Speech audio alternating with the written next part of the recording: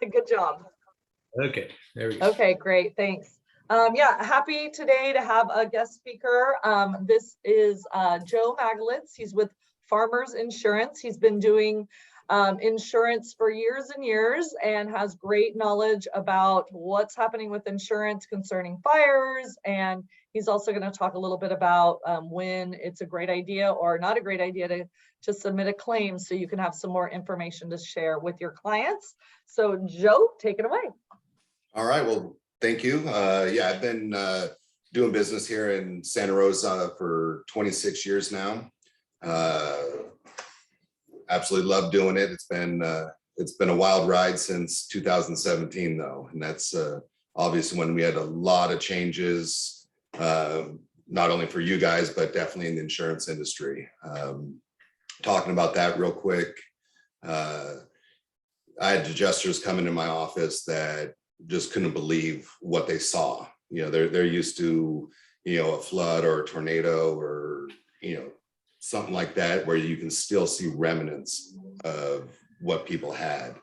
And they say coming out, seeing everything, you know, completely destroyed and absolutely no remnants of anything. It was just unnerving and crazy for them. So the Tubbs fire is kind of the catalyst to where we are now in the homeowners insurance industry, which is very difficult. It's very difficult for your clients. It's very difficult for my clients.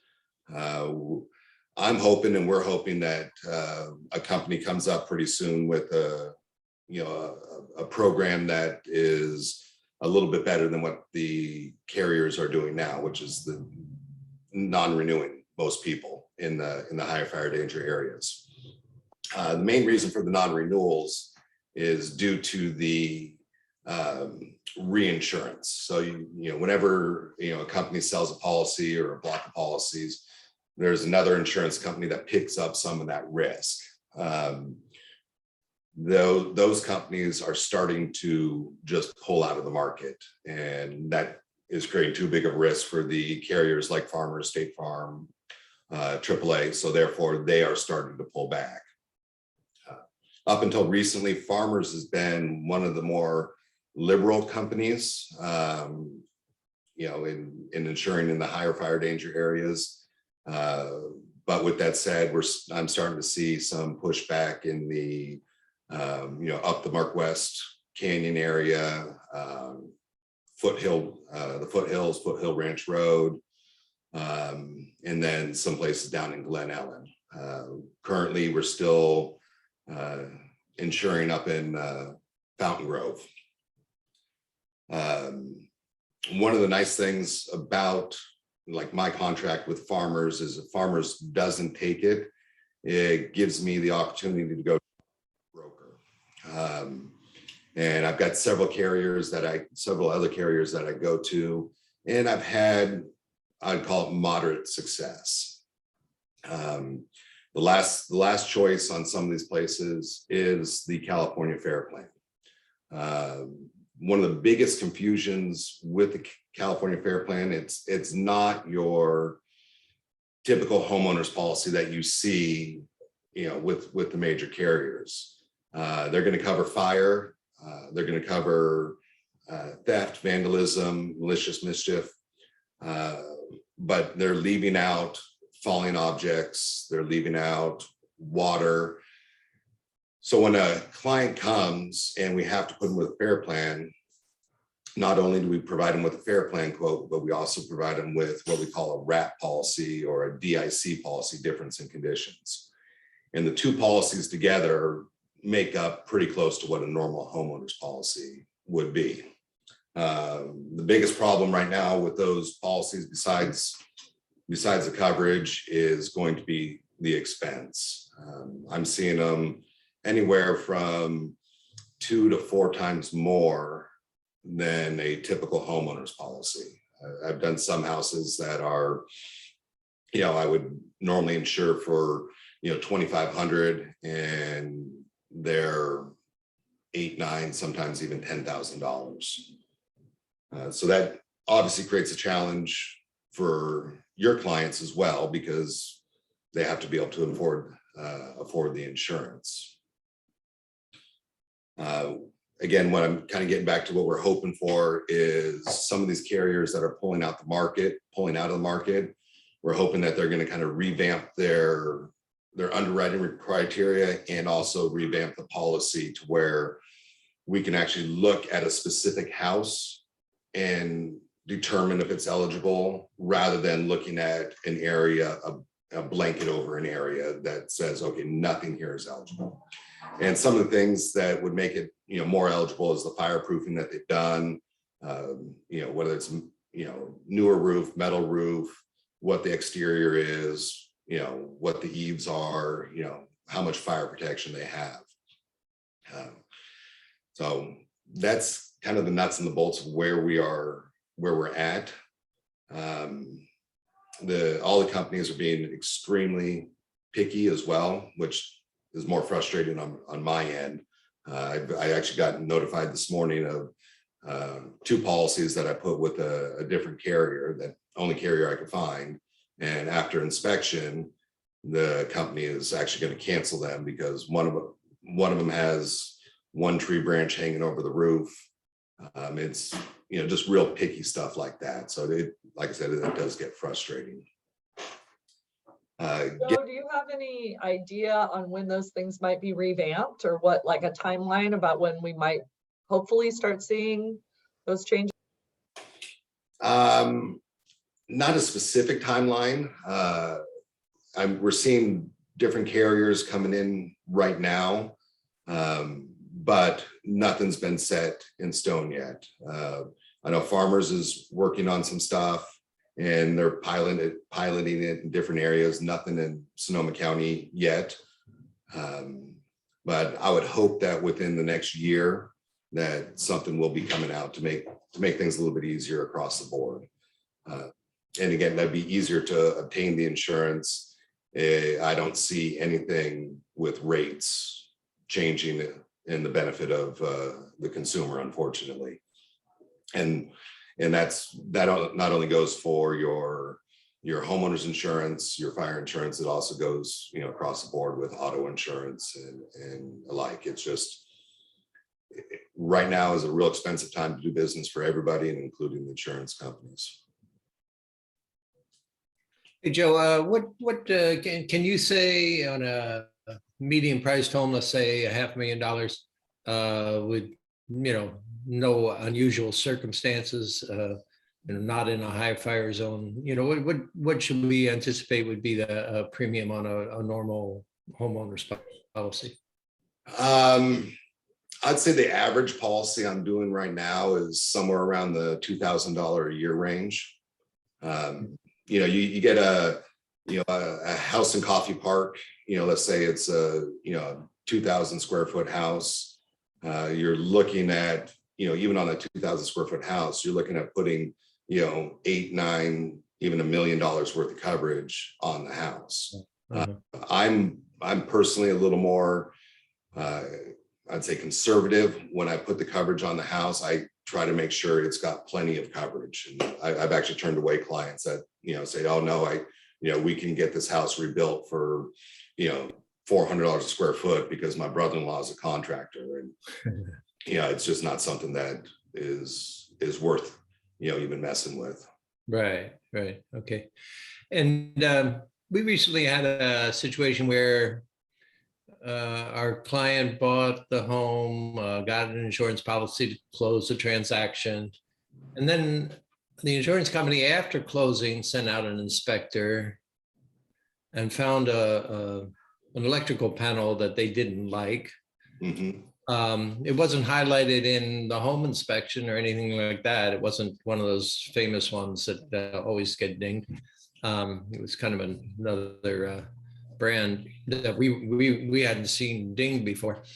And so then they revamped his premium substantially, to the extent that he found it more financially feasible to put in a new panel to the tune of $4,000 than pay the increased premium. I don't recall in the past that inspectors went out from insurance companies kind of post-closing, but is that kind of the standard right now? That is, so generally I'll go out depending on what the house is. If it's something that's, just listed, I'll trust the pictures, online that I can find the listing. Yeah. But even after that, yes. And it's the problem that I personally had with the inspections is it's not farmers that's actually inspecting. It's a third-party vendor. And depending on the inspector, they can be incredibly picky. The electrical panel is a newer one for some carriers. I've run into it once, not with farmers. Anything knob and tube, of course, there's very few companies that'll cover that, but require that you have, or you don't have like a Zinsco panel or something like that. But some carriers are doing that now, and so yeah, it's not uncommon at all. Normally, when that does happen, though, the carrier will give them the opportunity to correct it within 45 or 60 days, and they can go keep the policy at that point. Good to know. Thank you. Anyone else have a question for Joe while we have him? Well, I was hoping, Joe, you'd talk a little bit about, I often get asked by clients about if they should put in a claim on their homeowner's insurance, for kind of small items. So just wondering if you'd address that. If we get asked that question, is there sort of a good rule of thumb? So it's one of those things that really depends. So I normally try to have a client put a higher deductible on their home to stop the smaller claims. The majority of the claims that you have now, the insurance companies will ding you for, almost like a car accident, for 3 years. So let's say you have somebody come in and steal $5,000 worth of stuff out of your house, $2,500 deductible. That's going to be borderline on whether or not you should actually turn in the claim. Now, when you get to other types of claims, like specifically water claims really make insurance companies nervous. And I've seen issues where the house had a water claim, the people sell the house had a water claim within the last 3 years, people sell the house, and the new buyers have a really hard time finding coverage because there has been a water claim on it.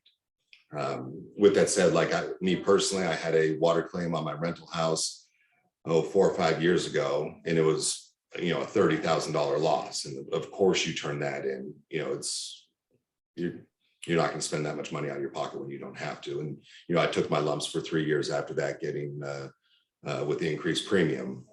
But for the most part, the small claims, unless it's absolutely necessary, like you can't afford to do the fix, if it's going to cost you $2,000, $3,000, $4,000 and you can afford it, I generally recommend that you take care of it yourself. Yeah, we had a situation too where homeowner filed a claim. I think it was after this was up in Lake County. I think it was after the Lake County fires. And apparently a lot of people were filing claims because there was a lot of smoke. Right. Yeah. And then apparently the insurance company came out and whatever they offered, the client determined it wasn't worth taking. So they never, what would you call it, exercised the claim. They filed it, but then they abandoned it. Right. But it still showed up on a report without a payout. So does that kind of thing ding a buyer or an owner when they file it, but they don't take any money? So it won't ding you in the sense where you're going to get a rate increase, but it will be on the record and could affect the insurability of the house, in the future. Some companies have a 3-year rule, some have a 5-year, and some have a 7-year. And they just don't want to see any claims on the house. When it comes down to, like a catastrophe claim. So, the tub's fire or something, the insurance companies determines a catastrophe. Those claims are not counted against you, nor count against an eligibility, situation. So, when we had the Kincaid fire, I went and got actually stayed in my motorhome, but had expenses out of the house, and it was only like $1,500 worth of expenses. But I did turn that in because I knew that it was a catastrophe claim and wasn't going to hurt me. With that said, if it wasn't a catastrophe claim, I would have never turned it in. But it's tough because, I get calls all the time from clients that, want to turn something in, and I try to a lot of times talk them off the ledge, go get an estimate before we do this, just to make sure, because it like I said, it can affect your rates and can affect the eligibility of the house in the future. And then the other problem, just like an auto accident, if you have one claim, let's say you turn in a small claim, you get your $2,500. Well, then you have a big claim where you get a kitchen fire and it's going to cost $100,000. The insurance company really is not going to differentiate between paying out $2,500 and $100,000. But now you got two claims on your record, so now your rates go up twice, and the insurance company is going to start looking at what you're doing at the house and could actually non-renew you. So that first $2,500 claim is going to cost way more than you got back. Yeah. So Very, very, very interesting. And I want to point out to y'all, I appreciate Joe's presentation because Joe's talking from personal experience. He said, I filed that claim and, I had this happen. And often as agents, we're asked hypothetical questions. And I've always said, well, it's okay to speak from your personal experience in that area. yeah. So let's say arbitration, mediation, you had a personal experience with an arbitration and it didn't go well. Well, you can tell your client that, I went through arbitration and it didn't really go well. So I would never agree to it, but that's me. So speak from the first person in your own personal experience is always a better thing than to make up a story. Thanks, Joe. All right. Thank you. Yeah, it sounds like it would make. Like a grace period now. Well, you froze up there, Heather. Yeah. Most of the time people see it, they don't. Okay. sense. That's okay. It looks like I don't have good insurance. I'll put it in the chat. Okay. Do we have anything else for Joe? Yeah, I remember all of that. All right. Well, we can turn you loose, and I appreciate your instruction this morning. Take care. All right. Thanks, Joe. Bye-bye. Good.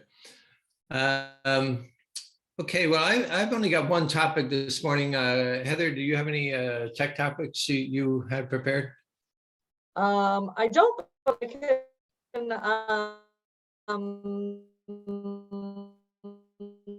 Your connection is bad. Is that your laptop? Because Rob's in the same room and he seems fine. you are talking, and then I'll have a few things. Yeah, that's weird. I'm into the conference room. Yeah, tell her what's going wrong there, Rob. Okay, so what I've got today is we have one of our agents has a client she's worked with for years, probably did 6 or 7 transactions over the years. And we always like that, repeat customers. And this customer went to a new home subdivision, happened to be in Roanoke Park, and looked at the model homes and decided they wanted to buy one. Well, so they told the salesperson at the complex that they had an agent, and the policy of that home builder was to pay a flat fee of $15,000 for to a cooperating broker. But in that case, they wanted us to be a broker. They wanted us to represent the buyer. So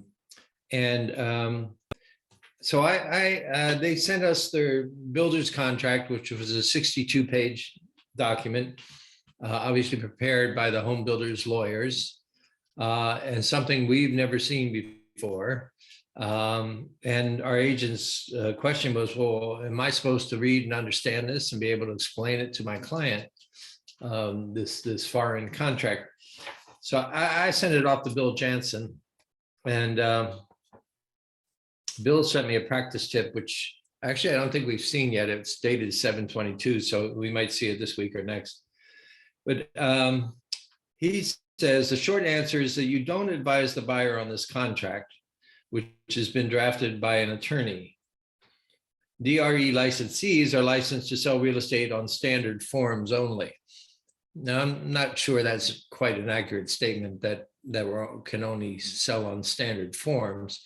I remember writing up agreements on the back of napkins at times, but whether they're enforceable or not is another question. But yeah, if we were presented, it comes up quite often in commercial transactions where we put two parties together, they have an agreement on the business terms. We've done a letter of intent that spelled out all the business terms of the deal. And then they decide that the sellers, either the seller or buyer's attorney is going to draft the contract. They send it over to the other party's attorney, and the attorneys kind of hash it out.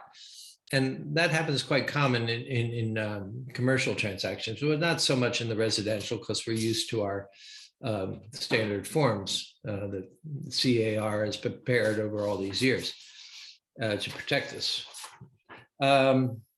So we don't advise the buyer on a foreign contract that's written by attorneys, is the bottom line. So we'd advise our buyer, in that case, to consult with their own qualified California real estate attorney regarding any issues with the contract.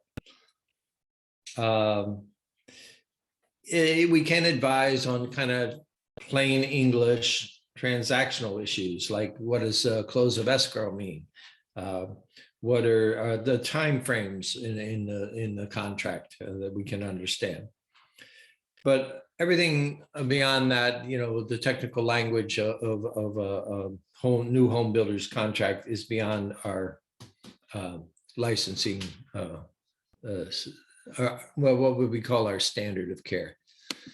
And let me go to, that's not what I want. There we go. Whoops.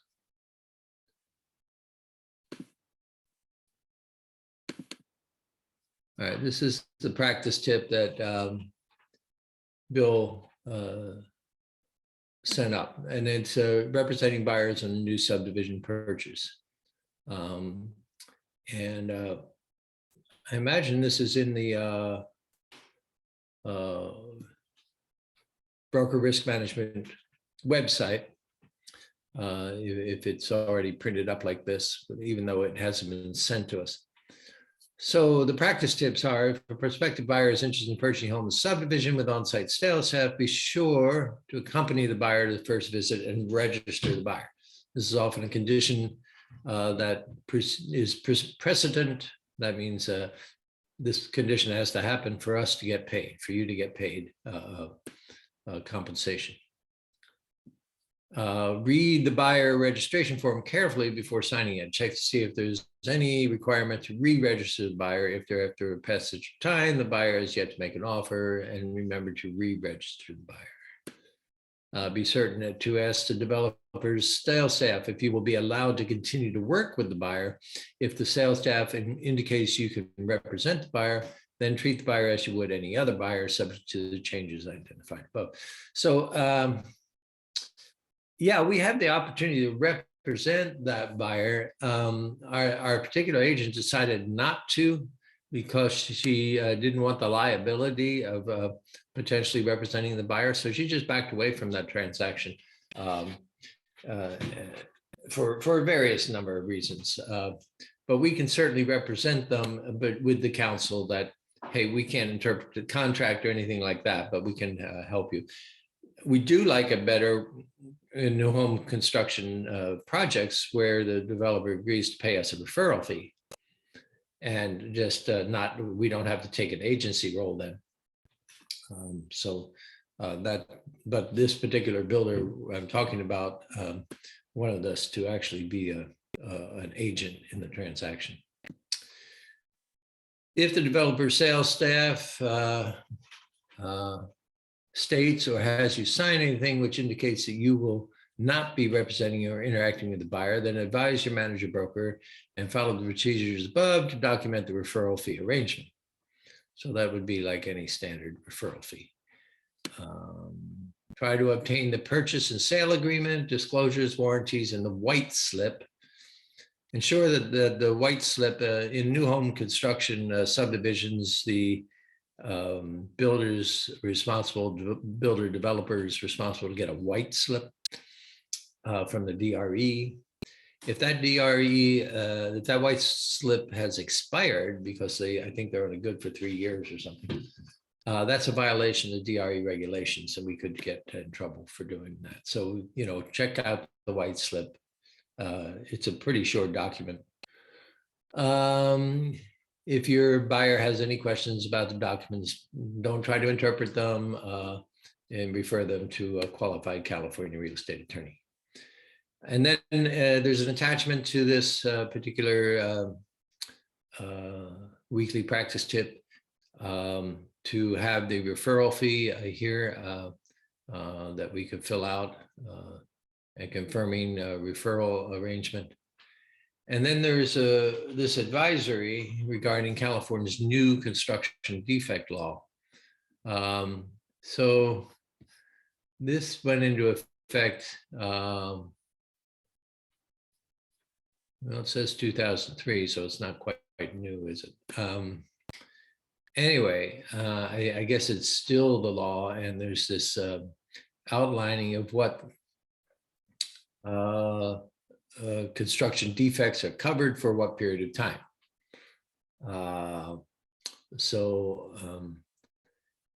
If the seller's contract, the builder's contract should have this disclosure in it, but if it doesn't, it's good for us to get this signed by the seller and the buyer prior to, as part of the transaction. Okay. Any questions on that? Okay. Okay, well, that's what I've got. Heather, you want to cover what you've got? I think I've made you a co-host if you have something to pull up. Okay, great. Yeah, I have a couple. Oh, it still says my internet connection's unstable. I don't know why. I guess I need to get a hard wire here at the office. Let's see if I come around here, if that's any better. If you cut out your video, you might have better.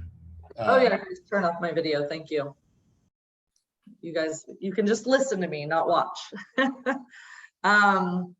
Okay, so the first thing I wanted to let you guys know is that, let me make sure I'm on the right page here. I have a lot of resources that that I've created over the years that I often mention in different trainings and different classes that I do. Like I have checklists, I have my buyer checklist, listing checklist, templates for letters, all sorts of things like that. And I am creating in Google, I'm creating a Google folder with all of those resources. So I am going to start having at the bottom of, I'm just trying to share it with you so I can show you here.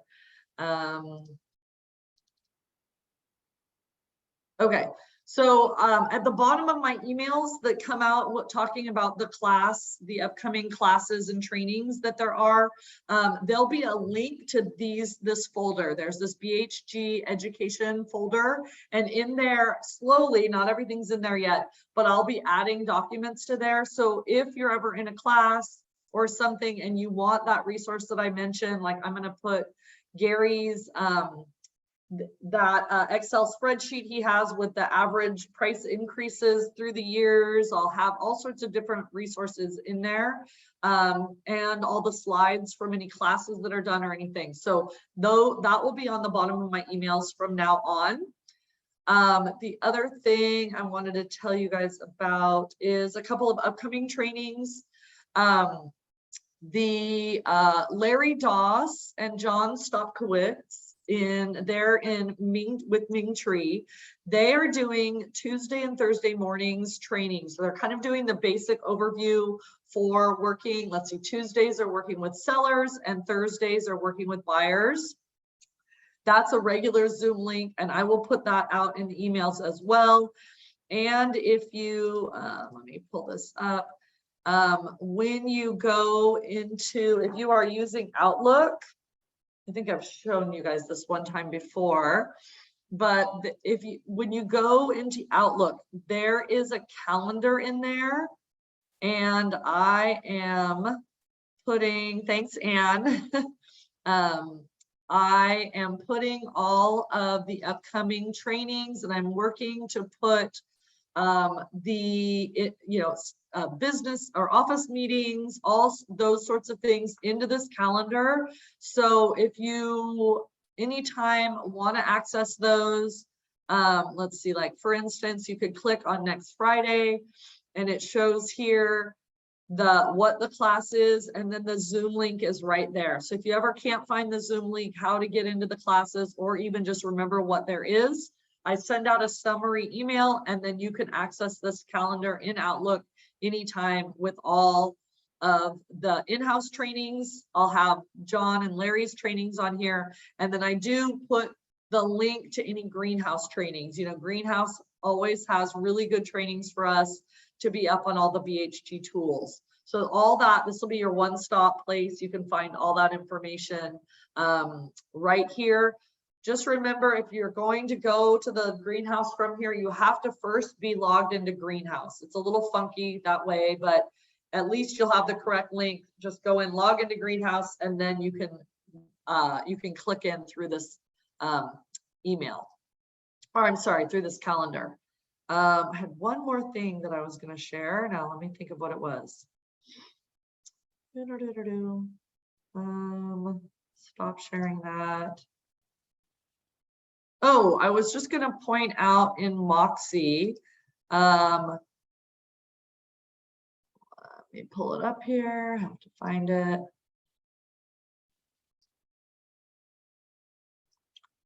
Okay, just kind of a reminder that we do have access to the 4 different programs in Moxie. And a really great one. So when you first log into Moxie from Greenhouse, it's going to take you to this kind of dashboard. And then up along the top is your access to Present, Engage, Website, and Impress. Present is where you can do those really interactive, lovely CMAs. You can also do listing presentations there. Engage is the CRM. So you can access through there. You can input your contacts and set them up to get regular contact. You can create your website and update your website through here. And then the part I wanted to just remind you guys about mostly today is Impress. If you ever are at a point where you need a quick flyer or something, it's the weekend and you know Haley's off for the day. We got to give her a day off, right? You can use this Impress to access a lot of different pre-made,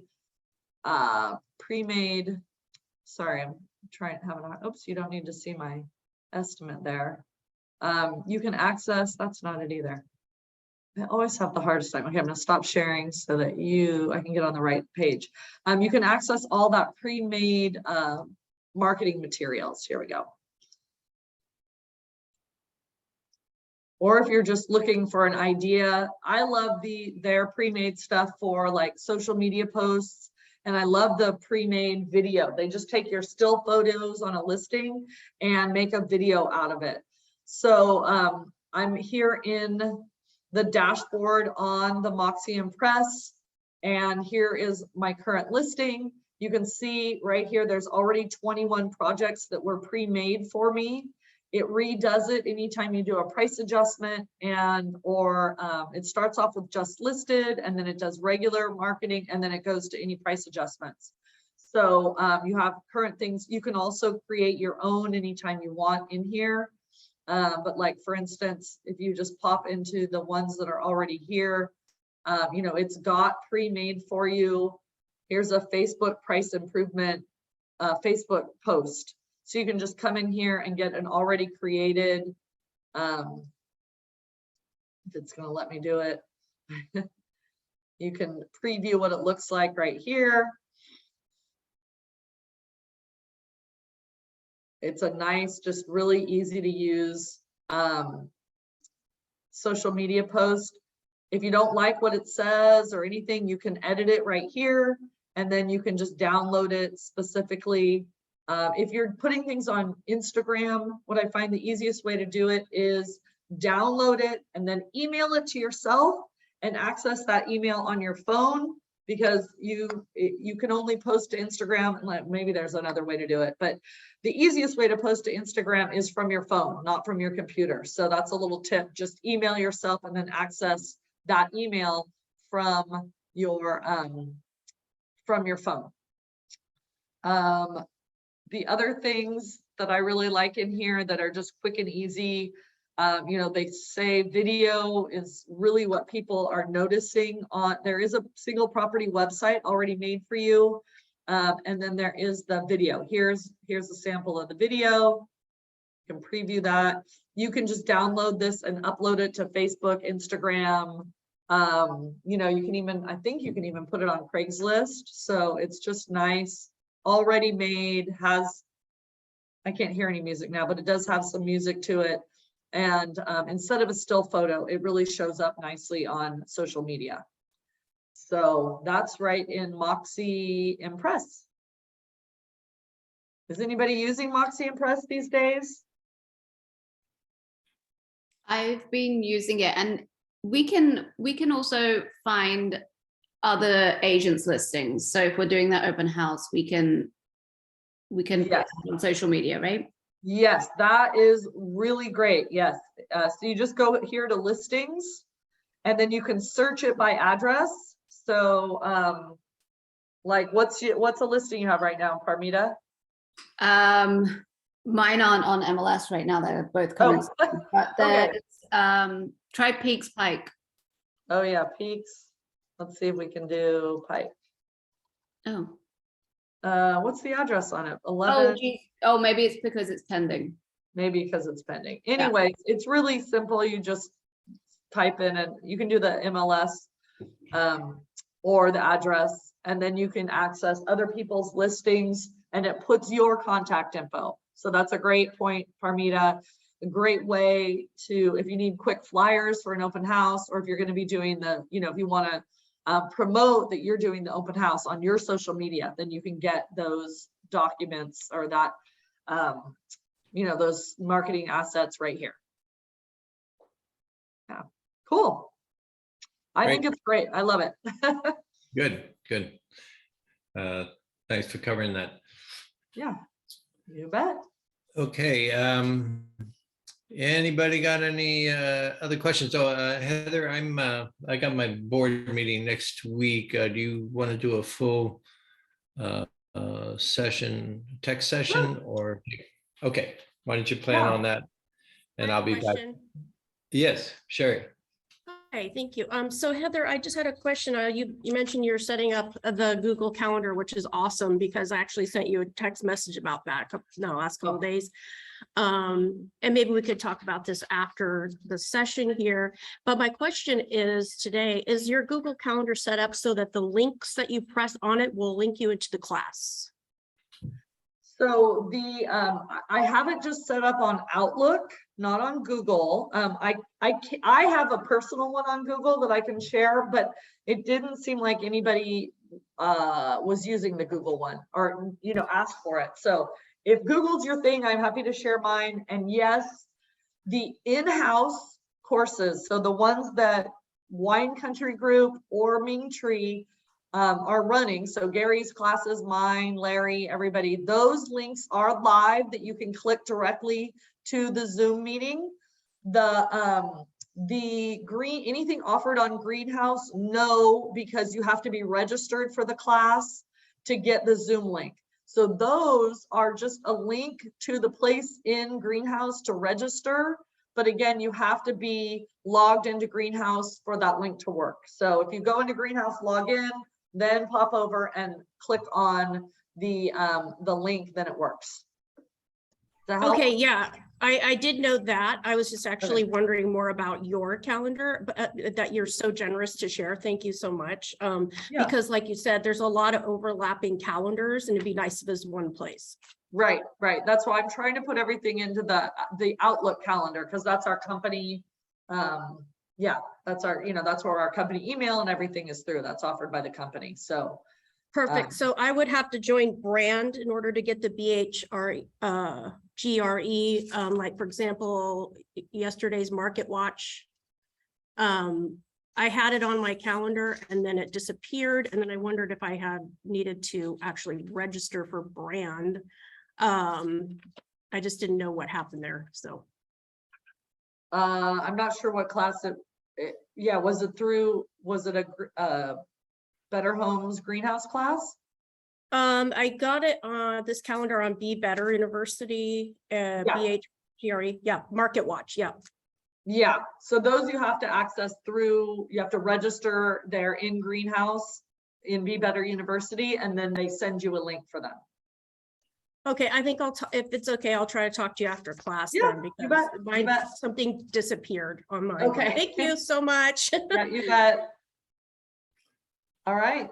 Okay, any other questions? Anyone? Heather, I want to let you know that Sarah Brown has let me know she's going to be joining our firm. So thank you for your mentorship there. Yay. That's awesome. We'll get her paperwork going. Perfect. Good stuff. Okay, then. Tune in next week for Heather training and a full segment on tech. And we'll see you in 2 weeks. Yeah, any particular subjects you'd like to cover? Do you guys need 1031 exchange again, or anything in particular anyone's craving? Do you do for sale by owner? For sale by owner, okay. All right. And you guys can reach out to me directly too.